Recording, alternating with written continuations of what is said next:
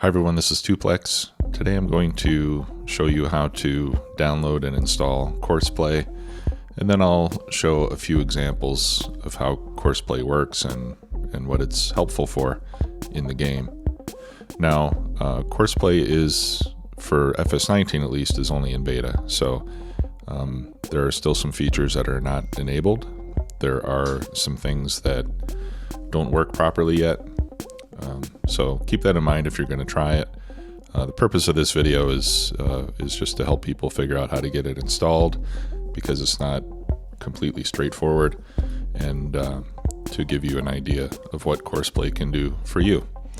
So first, to download it, you want to go to github.com/courseplay/courseplay. This is where you actually download the FS19 beta of the mod. So once you open this up, you go to this button that says clone or download. You click on it and then download zip. Now I've already done that. So the file's here, and it downloads this file called Courseplay-master. So what you want to do there is extract it into another folder. And then you'll see that inside that folder there's another folder called Courseplay Master. So you open that, and this is the actual mod. So from here, all you want to do is select everything. So you can do that by hitting Control A or just using your mouse. And then you'll right click and send to compressed folder. And then you want to name this folder FS19 underscore Courseplay 6. I think you can really name it anything, but this is what is recommended in the instructions that I saw. And then you take this zip file and put it into your mods folder, as you normally do with other mods in FS19. And once you do that, you'll be able to load it in the game. Now, there is another website for Courseplay, and this one is courseplay.github.io/courseplay. And this is for the officially released version for FS17, so you can download the mod here.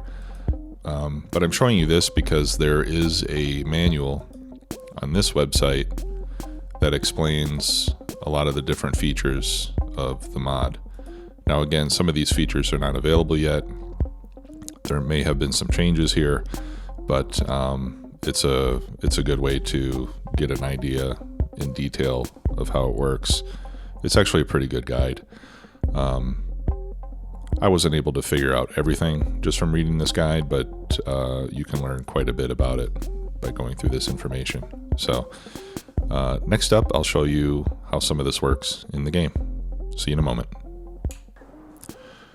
All right, and I'm back, and I am now inside the game.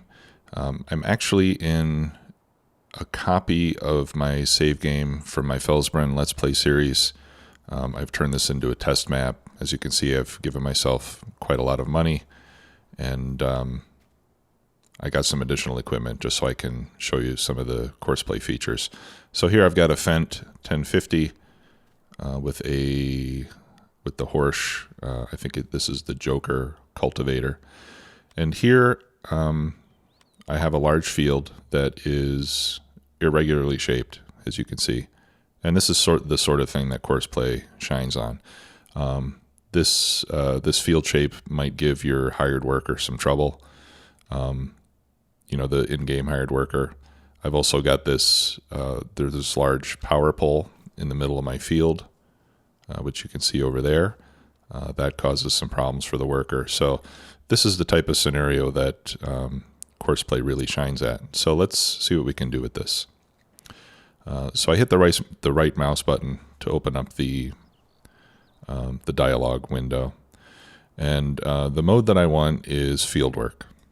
That's just used for cultivating and that sort of thing.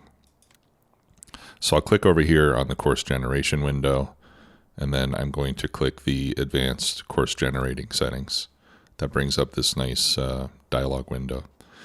So the field edge path that I want is field 11.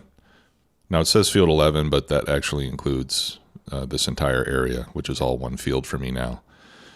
Starting location will be our current position. That's fine. Starting direction will be automatic.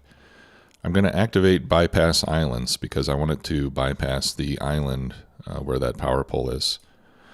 Now there's a couple modes for this, and I have yet to play with these, but we can see what happens here. All right, the rest of these options I'm going to leave alone, except for headland. I'm going to turn this on. We'll do a headland around, 2 passes. So when I set this, the tractor will go around the entire field twice, and then it'll start going up and down in rows. Okay, so let's generate the course.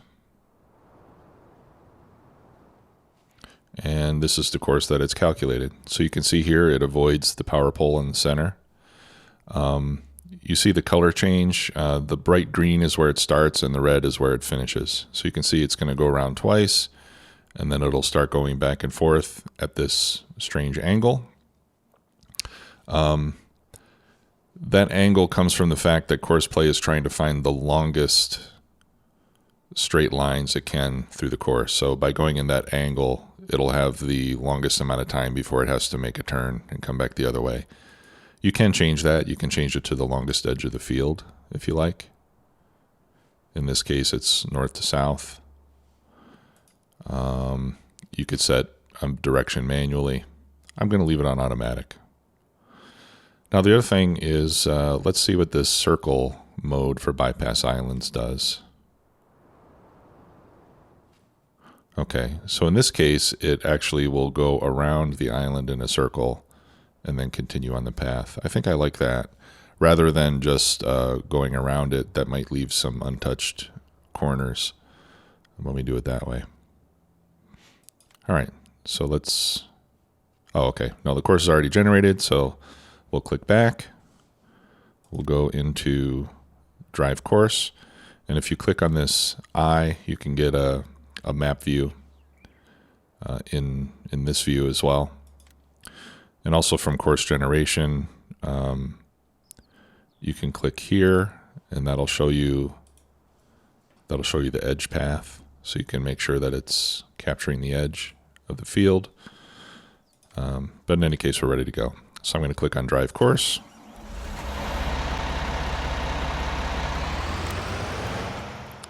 And let's see what happens.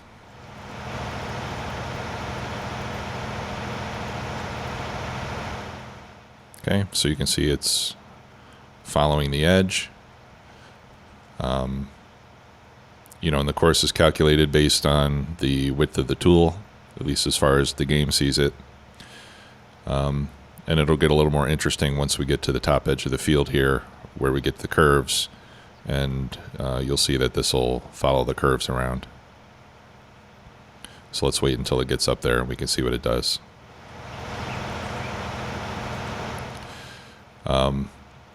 Now with the settings that I've used, when it goes around the field to do the headlands, it'll do a continuous pass, meaning it's not going to stop or reverse or do anything to try to capture every little corner. So you can see there that when it makes that first turn, it misses a little bit in the corner. That's fine for me because it's done in the interest of speed. If that sort of thing bothers you, you might want to play with the options a bit to see if you can get it to conform more closely to the field edge. Or you could just have Courseplay do its thing and then go back and manually clean up the little corners and bits like that yourself. Okay, so we can see here it's following the edge of the field quite well. Again, sharp corners will get missed just a little bit when it makes the turns, and it depends on the width of the tool and all that other stuff, but generally it does a very good job. And for a field as big as this one, a couple little corners that get missed are really insignificant. It's not gonna it's not gonna have any noticeable effect on your total yield. So that's not something that I would generally worry about.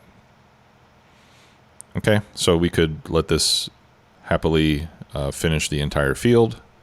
but in this case I'm going to stop it for now. You could stop it and tell it to drive course again, and it'll pick up where it left off. So that course will stay in memory. Now the course is not saved. If you want to save the course, all right, we can call this field 11 cultivating, for example, and we can save the course. And then if I were to clear it, I can go over here and I can reload the course again. And that way you only have to create your courses one time, as long as you're happy with them.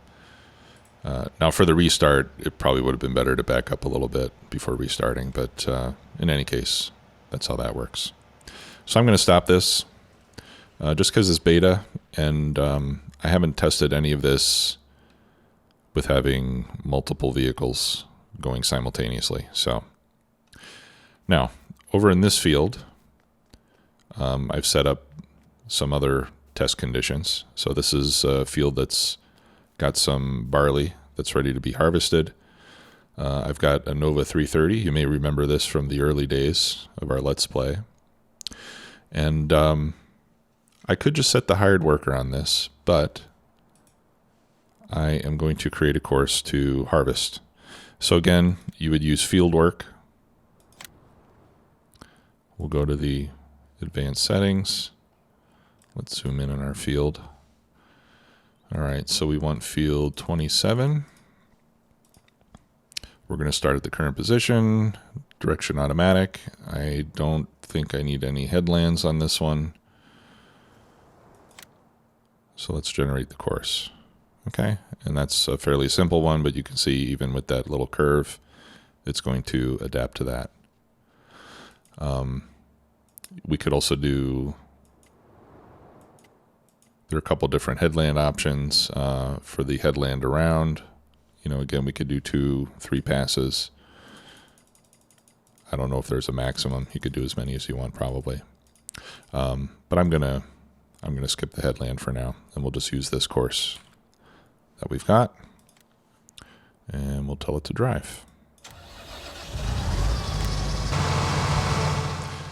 And there are more advanced settings where you can program it to run several harvesters on the same field. It really is a fairly advanced bit of software. So, all right, so let me jump out. Oh, actually, let me get back in. I do want to save this course. And the reason I'm doing a course for this, let's see, this is field 27, harvest. Okay. The reason I want to save that course is so that I can automate the collection of straw bales. So now that we have a predetermined course for that harvester, we know that the straw swath is going to be following that same course. So what I could do with this machine is I could load that course, put it in fieldwork mode, and we can follow the same course with the baler and pick up all the straw. And this is something that you cannot automate in the base game. So this is another task that really, as far as I know, can only be done with Courseplay. You could also do it with Follow Me. With the Follow Me mod, you could set the tractor to follow the harvester. That works as well, but Follow Me is not available yet either. So for now, I think this is the only option to do this sort of thing. Let's see how it turns. I'm not sure if it's going to turn exactly following the turn that the combine made. No, it'll figure out its own turnaround path.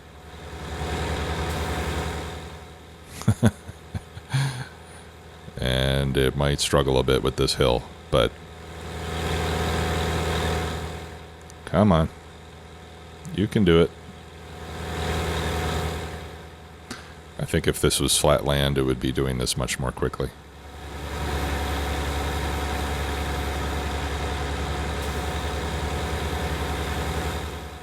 Okay, and then second pass, here we go.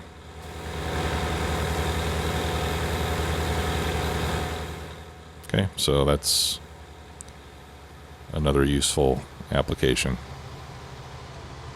So I'm going to get him off the field and out of the way.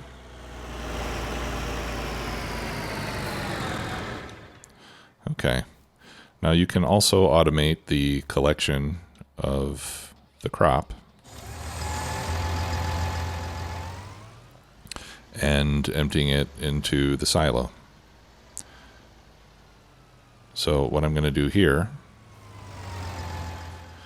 is I'm going to put it in the combi empty combine and offload mode. I'm going to start a course recording. This is the path that we are going to take to empty grain into our silo. Okay, so I'm going to record the course. I'm going to go over the unload point, and then I'm going to drive it back onto the field.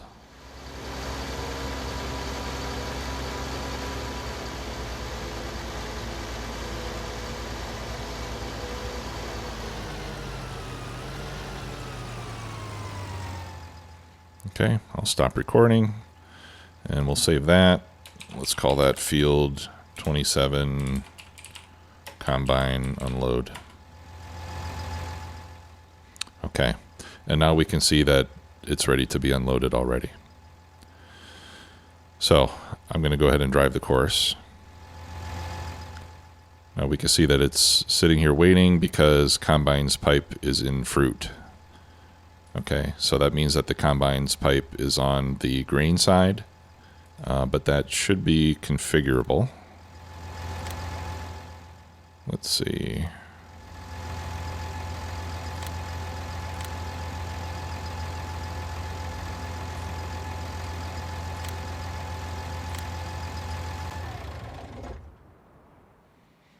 And it turned the engine off. Let's see.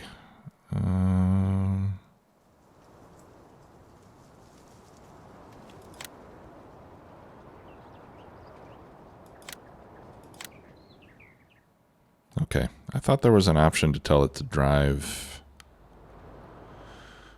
through the crop, but I guess there isn't. So let's get in the harvester, and I will turn off the AI. I'll pull out the pipe, and let's back up and see if it comes for me now.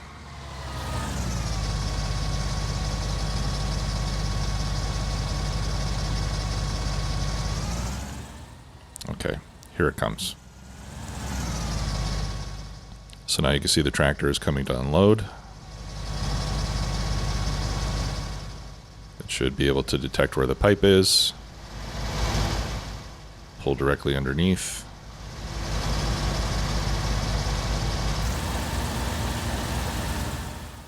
And then wait for the unloading. And if the harvester was moving, the tractor would move alongside the harvester at the same time. Okay, so I'll wait for this to unload. If I had started the tractor before this got full, then the tractor would just wait until the pipe is on the appropriate side, and then it would come and unload it.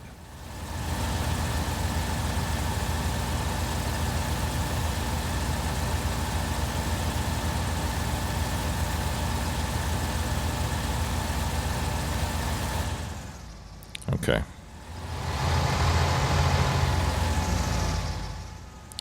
All right, so now I'm going to set this back to work.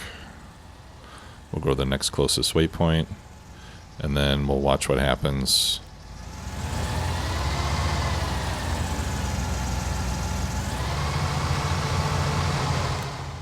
All right, see that little miss bit there? I think that's probably something that will be corrected before the release. Okay, so now it's going to go a little while longer. Now if we look at if we look at the options here on this machine, here we go. It's going to start to unload once the harvester is half full. That's what the 50% is. And it's going to drive on at 90%. And what that means is that once the tipper is 90% full, it's going to go and unload it.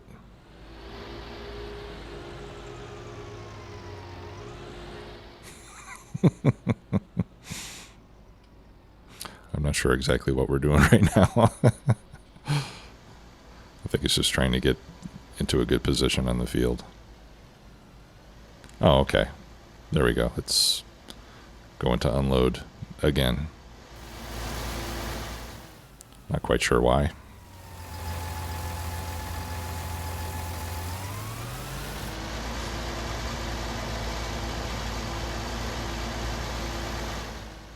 Okay. So, I remind you again, this is beta. Everything's not working perfectly.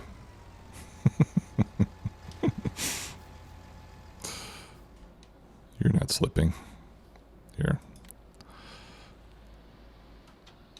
Let's try this again. Or better yet, I'll take this one off of Courseplay and we'll just do this with the hired worker.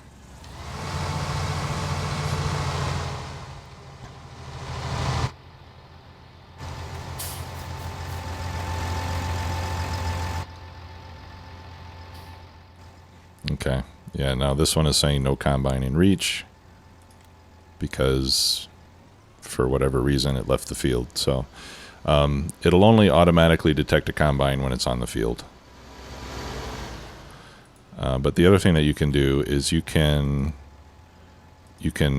decide yourself which combine it's going to follow, and you can select the combine specifically. I generally get better results with that. Okay, so now we're waiting for the fill level to be reached.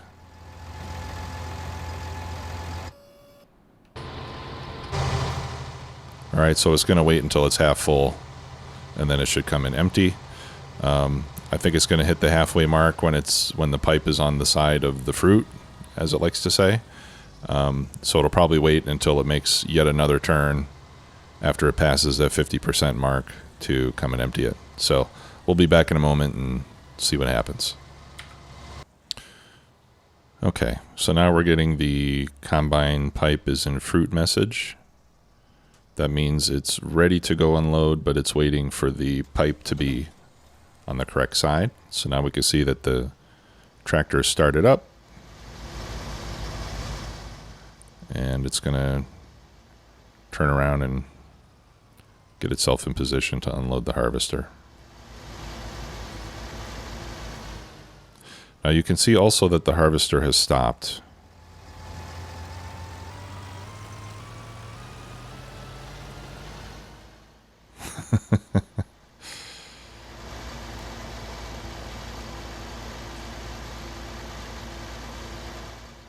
Here we go.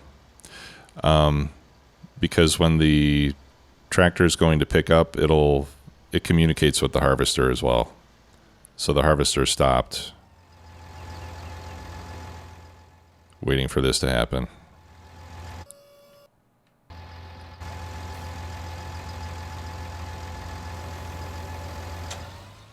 Okay, we'll do this manually.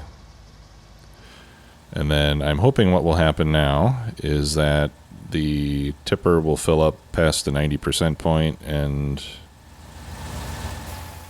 we'll drive on to the silo. Let's see if that's what happens.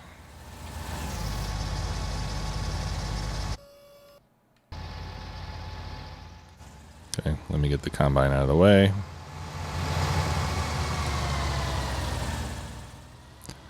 Okay.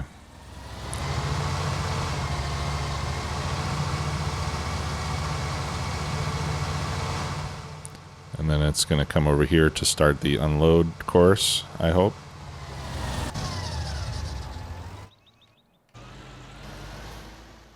Okay, that's the start point right there. And then it should drive over and unload. I hope it unloads. It should detect the tip trigger.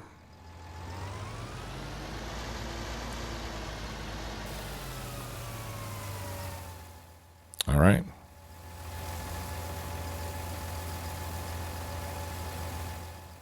So it unloads into the silo. And then it'll drive back to the field and wait for the harvester again.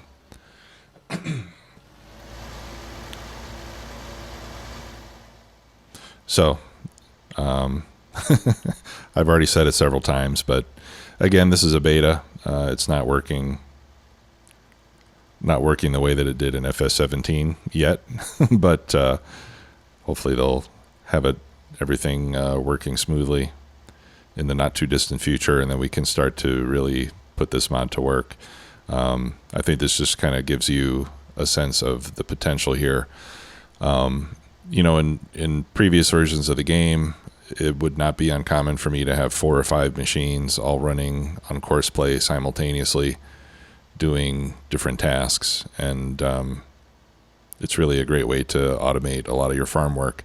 If you prefer more of the farm management sort of style of play, more so than the tractor simulation style of play, then this is definitely a mod that you'll want to get when it's available, assuming that you have a PC.